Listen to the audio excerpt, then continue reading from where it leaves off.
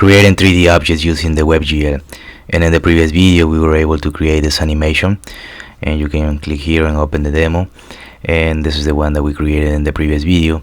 But now this is the one that we want to create in this particular video. So it's a 3D and it's moving, this cube is moving here. So what we're gonna do is, let's close this one and this one. Okay, so let's take our square plane into 3 dimensions by adding 5 more faces to create a cube. So we're gonna be creating this cube, and first of all I'm gonna go into my programming folder, and I'm gonna go into my games, and I'm just gonna, this is where I have my files. I'm gonna just type in code space that and open it in Visual Studio Code. Okay, so we have that. We can close this, we can close that, and now I can just go into the index and just type in all plus L plus O, and okay, so it's gonna open it. Okay, so this is our final product thus far. Okay, so to do this efficiently, we are going to switch from drawing using the vertices directly by calling the gl.drawArrays method, and you can check out these links if you want to go more into details, but we're gonna go straight into the practice. Okay, so this is the gl.drawArrays method to using the vertex array as a table and referencing individual vertices in that table to define the positions of each face's vertices by calling gl.drawElements method. So consider each face requires 4 vertices to define it, but each vertex is shared by 3 faces. We can pass a lot fewer data around by building an array of all 24 vertices, then referring to each vertex by its index into that array instead of moving entire sets of coordinates around. If you wonder why we need 24 vertices and not just 8, it is because each corner belongs to 3 faces of different colors, and a single vertex needs to have a single specific color. Therefore, we will create 3 copies of each vertex in 3 different colors, 1 for each face. Define the positions of the cube's vertices. First, let's build the cube's vertex positions buffer by updating the code in the init buffer. So we're gonna go into the inner buffer, we're gonna go into this one. Let's close the main.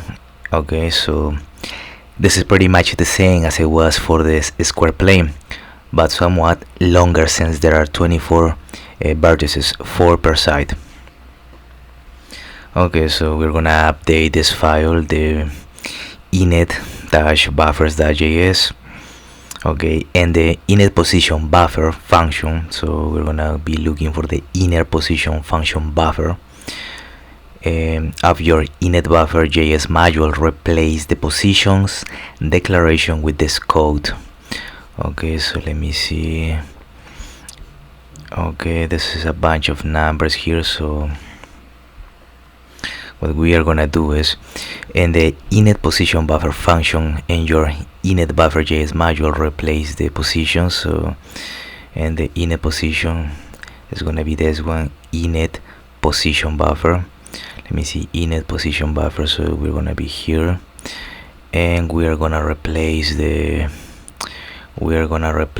positions. So we're gonna replace this declaration positions. So as you can see, we have only 1 2 3 4 5 6 7 8 elements in this array, but now we're gonna have a lot more. So what I'm gonna do is, I'm just gonna copy and paste this little piece of the code. So I'm gonna delete this part, count this declaration positions, and I'm just gonna update it.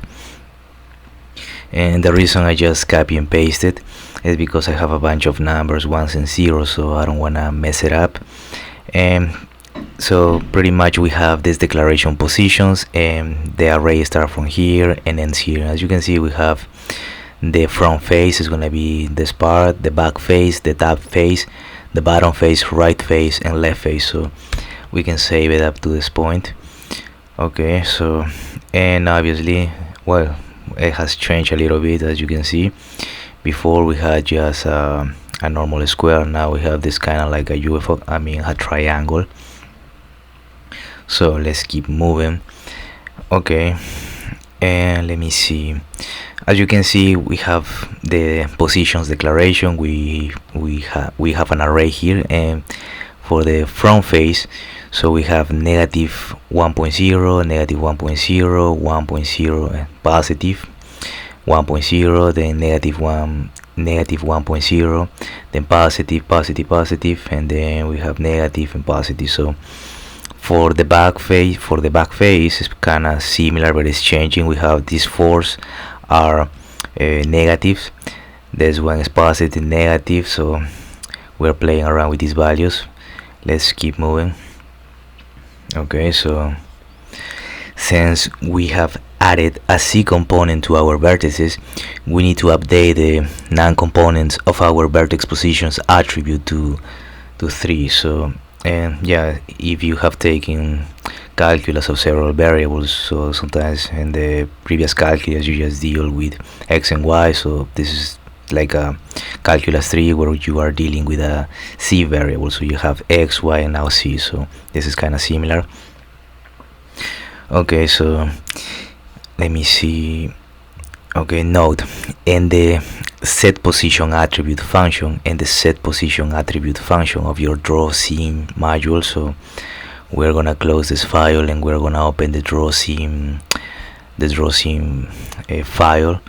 And okay, so we are in the function draw scene, and let me see what they want here. So in the set position attribute function, okay, set position attribute function, so set position attribute, and then they're talking about this one. Let me see, set position attribute function, so this is the function set position attribute. Okay, so in the set position attribute function of your draw scene JS module, change the non-components constant from 2 to 3. So we are gonna go, what is it? Okay, so here pull out 2 values per iteration. So we have this constant declaration named non-components, and we are setting it to 2, but we are gonna update it to 3. So this is pretty much the only thing that we need to do. And as you can see, it has changed a little bit here. So we have this object moving around. So let's keep moving. We have just updated the non-components from 2 to 3 and the function name set position attribute. So we are gonna go now into here. Define the vertices colors. We also need to build an array of colors for each of the 24 vertices. This code starts by defining a color for each face, then uses a loop to assemble an array of all colors for each of the vertices. So in the init color buffer function, so in the init color buffer function of your init buffer JS module, replace colors declaration with this code. So let me see. Okay, so we are gonna go into the init buffer. So again, we just close the draw scene file and open the init buffers JS file, and we are gonna go into the init color buffer. So init color buffer is not gonna be this one, it's gonna be, let me see, init, okay, it's gonna be this one, so it's gonna be the init color buffer function. Or okay, so in the init color buffer function, okay, in your init you just replace the colors declaration with this code. So what is the color declaration? Okay, so we have, okay, so we're gonna, this is the color declaration, and we are setting it to this array. Okay, so what I'm gonna do first, I'm just gonna, okay, so again, okay, I'm just gonna copy not the whole code but just this little piece, since I have a bunch of ones and zeros. So let's, okay, it's gonna be from here to here, and let's just delete this part and paste this one.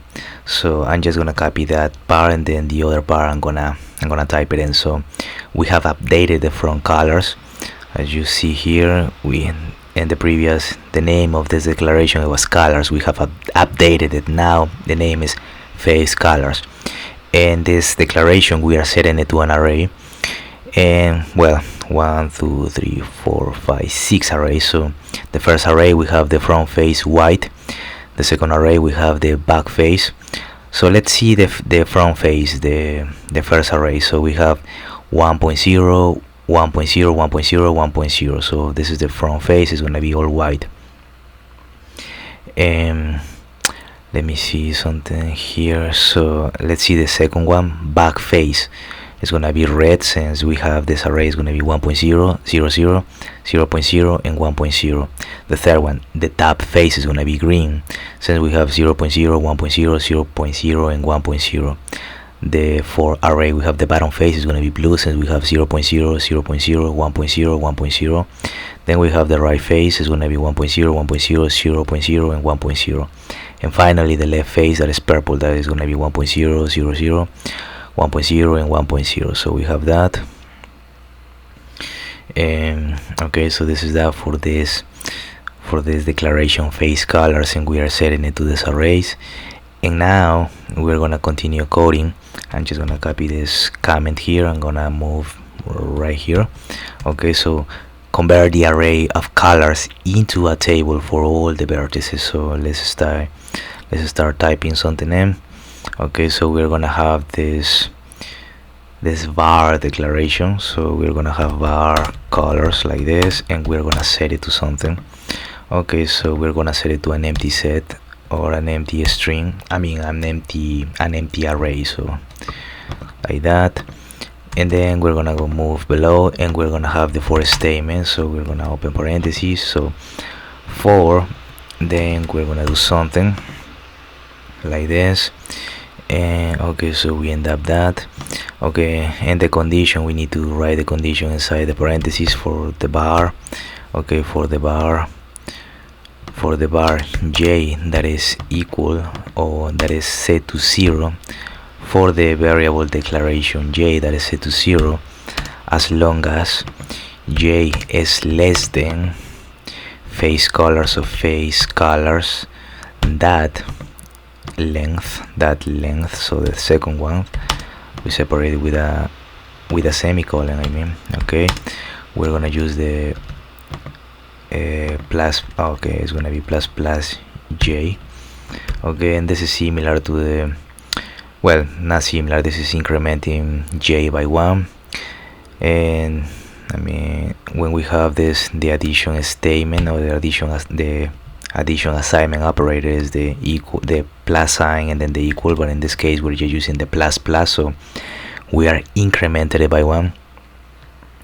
Okay, so for the bar statement declaration j, that is set to 0, as long as j is less than face colors that length, we're gonna increment j by the variable j by 1. So what else do we have here? Okay, so inside of the curly braces we're gonna have this variable, this constant declaration named c, and we're gonna set it to something. So we're gonna set it to the face colors, and we'll use the array, and we're gonna pass in j here, j, not k. And we're gonna end up this with a semicolon. And now repeat each color 4 times for the 4 vertices of the face.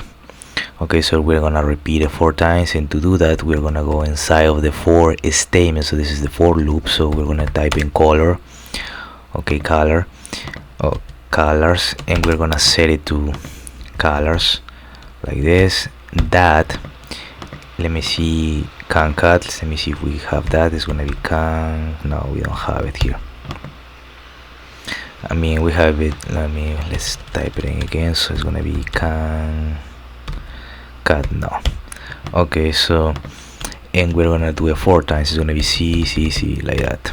So, and we are doing it this variable c because we are declaring it here. If this variable was, I don't know, d, we would change it to d. So, but we're just gonna leave it to the c. Okay, so let's make it, okay, let's move a little bit. So yeah, let's save it, and let's see what we have up to this point. Okay, so we have this kind of like a white crown, something moving from, okay, from right to left. Okay, we are going to end this statement with a semicolon also, so it's not necessary, but it's better practice. So if you're using MySQL, that is mandatory. Okay, so define the element array. Once the vertex arrays are generated, we need to build the element array. Note, in your init-buffer.js module, add the following function. Okay, so we are not gonna update anything, we're gonna add code. So, and again, I'm gonna type in the code and I'm gonna pay these numbers because there's a bunch of numbers and I don't wanna mess it up, and then we start having some trouble. But let's, okay, in your init-buffer.js module, add the following function. Okay, so we're gonna go into the init. Oh, we already have it here. Okay, so let me see. In your init buffer module, add the following function. Okay, so we have this function named init buffers. Then we have the second function, init position buffer. Okay, then we have a third function named, let me see. We have a third function named init color buffer, and we have, yeah, that's pretty much it. So let me see, we click here in the curly braces and it's gonna end here. So what I'm gonna do is I'm gonna start here my fourth function, and the name is gonna be init index buffer. So we're gonna type in function and it's gonna be init, and it's gonna be index in the init index buffer. And again, we're using camel notation as this is a function, so we use parentheses. We open the curly braces, but inside of the parentheses we're gonna pass in the GL like that. So okay, now, so let me see, init index buffer. So we're gonna have this constant declaration. We're gonna have this constant declaration named index buffer. So it's gonna be index buffer like that, index buffer, and we're gonna set it to something. So we're gonna set it to the GL dot create buffer. So it's gonna be create buffer function like this. Okay, so GL dot create buffer method. Okay, and now we're gonna move to the next line, to line 78 in my case, and I'm gonna use GL dot, and I'm gonna use the bind buffer. So okay, I have it here, the bind buffer, and I'm gonna, okay, so I'm gonna open parentheses and I'm gonna have two parameters. So I'm gonna have the GL dot, and it's gonna be array underscore buffer, but it's gonna be, before here it's gonna be element. So it's gonna be element like this. So we're gonna have the GL dot element underscore array underscore buffer, oops, like that. And then this is the first parameter. The second one is gonna be index buffer. So it's gonna be index buffer, and we close and we save it. We Control S. We ended up this statement with a semicolon. Okay, so we have that up to this point. Then let's copy this little comment. Okay, so this is gonna be, okay, this is gonna be here. So we are still inside of the function, inside of the curly braces of the function init index buffer. Okay, and we are typing this piece of this comment that this array defines each face as two triangles, using the indices into the vertex array to specify each triangle's position. So let's save it and let's take a peek up to this point. So yeah, it's still the same. So now what I'm gonna do is I'm gonna copy just this array. So I'm just gonna copy this array, not the whole code, but just this piece of, I mean this declaration indices. So we have that, and I'm just gonna paste it just here. So again, so we have this constant declaration name indices, and we are setting it to one array, and this array consists from these numbers from 0, 1, 2, 0, 2. So this is gonna be the front up to line 90. Then From 91 to 96 is going to be the back. From 97 to 102 is going to be the top. From 103 to 108 is going to be the bottom, and from 109 to 114 is going to be right, and then from 115 to 120 is going to be left. So this is where we end this array. So we have this constant declaration named indices, and we are setting it to this array, so we can save it. Okay, so nothing is changing yet. So okay, so now send the element array to GL. So we are gonna go outside of the array, but still inside of the function. So outside of the array, but still inside of the function, and we are gonna have this.